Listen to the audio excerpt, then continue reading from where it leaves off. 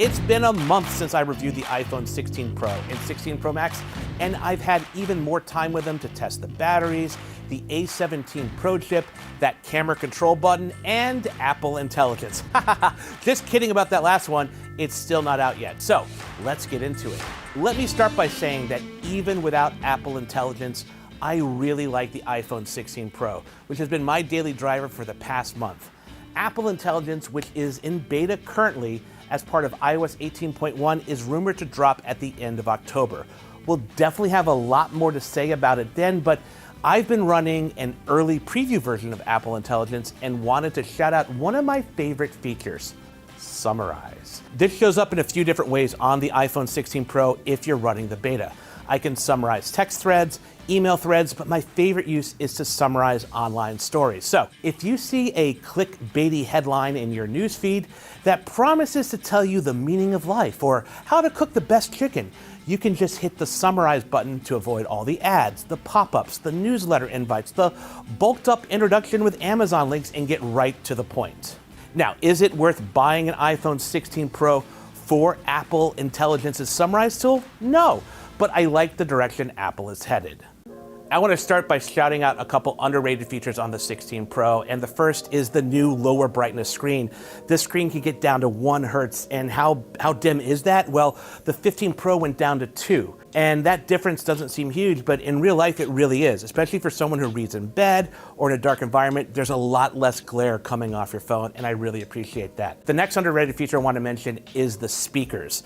The speakers on these phones, whether it's the Pro or the Pro Max, are not only loud, but have a beautiful sound quality and even a little bit of bass. I don't know if these are the best speakers ever on any phone, but it's definitely the best speakers ever on an iPhone. So there's a new camera control button on these phones, and I like the idea of the button, but I don't think the execution is perfect. I think the placement's a little odd.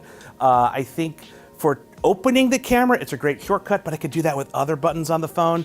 But an actual use for pulling up menus or doing minute stuff, if you're running gun photography, this is not the button to use. The on-screen stuff's still faster. It does feel to me like Apple wanted this to be the visual intelligence button, but that wasn't ready at launch. And it would be really odd if Apple had launched a phone with a new button that didn't do anything. And it really seems like these camera stuff was meant to be a nice add-on. So I don't think it's great. If you're looking to buy this phone just for that button, don't. During my time with the phones, a question I get frequently from a lot of photographer friends and creative types is, are the cameras new on the phones? And it really depends on the model. For the 16 Pro, all 3 cameras in the back were not on the 15 Pro. All 3 are brand new. On the 16 Pro Max, it's just the ultra-wide camera that's brand new and the sensor on the main camera that's new. The telephoto is exactly the same as the one on the 15 Pro Max.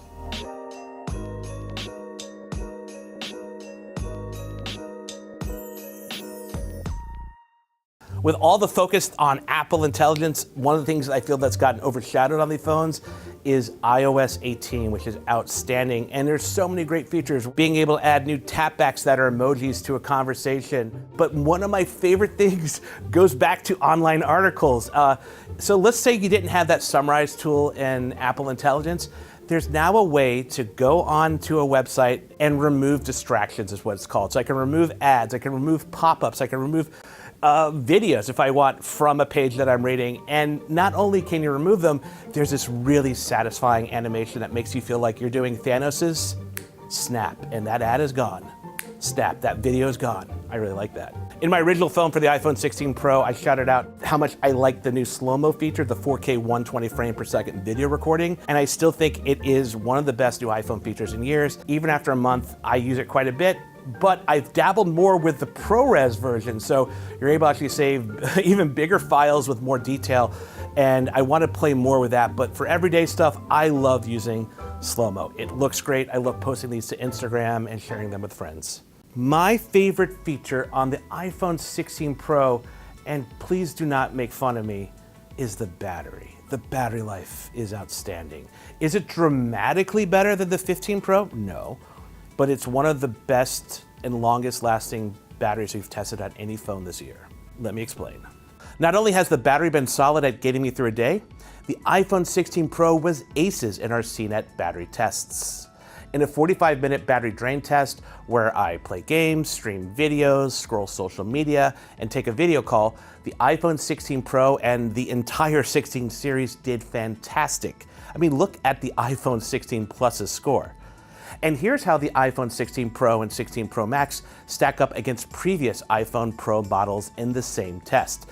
The difference between the 16 Pro and Pro Max and the 14 Pro and Pro Max is wild. So much improvement.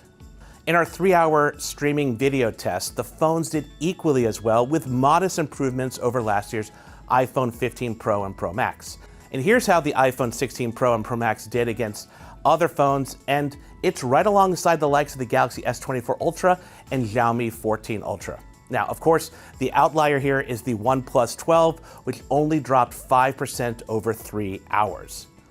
In terms of charging, we ran a 30-minute wired charging test on the iPhones. Now, Apple doesn't say what the max supported charging speed is and pushes their 20-watt wall charger, but some publications and tech YouTubers say that the phones can support 45-watt wired charging. So, for the Pro models, I used a 67-watt charger, which recharged an empty battery to 56 and 57% for the 16 Pro and 16 Pro Max, respectively. But one of the nice surprises is that these phones support 25-watt MagSafe wireless charging.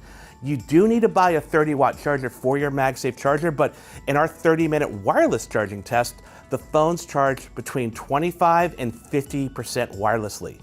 That 50% charge by the iPhone 16 Pro is simply outstanding. Okay, so after using these phones for a month, specifically the iPhone 16 Pro is the one I've been using, my recommendations for this have not changed from my original view. If you have an iPhone 12 Pro or older, upgrade if you can afford it. It's gonna be a huge upgrade in every way. If you have a 13 Pro, I'm kind of on the fence. If you have a decent battery capacity still left with that phone, there's no reason to upgrade. And if you have a 14 Pro or 15 Pro, unless you really want to, there's not a big reason to upgrade. I could see from the 14 Pro to get Apple Intelligence, but I don't know if it would be worth it at this point. So those are my thoughts on the iPhone 16 Pro and 16 Pro Max after a month. The next big shoe to drop with these phones will be the public release of Apple Intelligence. It won't be the whole shebang, like the ChatGPT integration, Genmoji, and image playgrounds won't be available, but it should help make these iPhones feel more complete. But now I want to hear from you.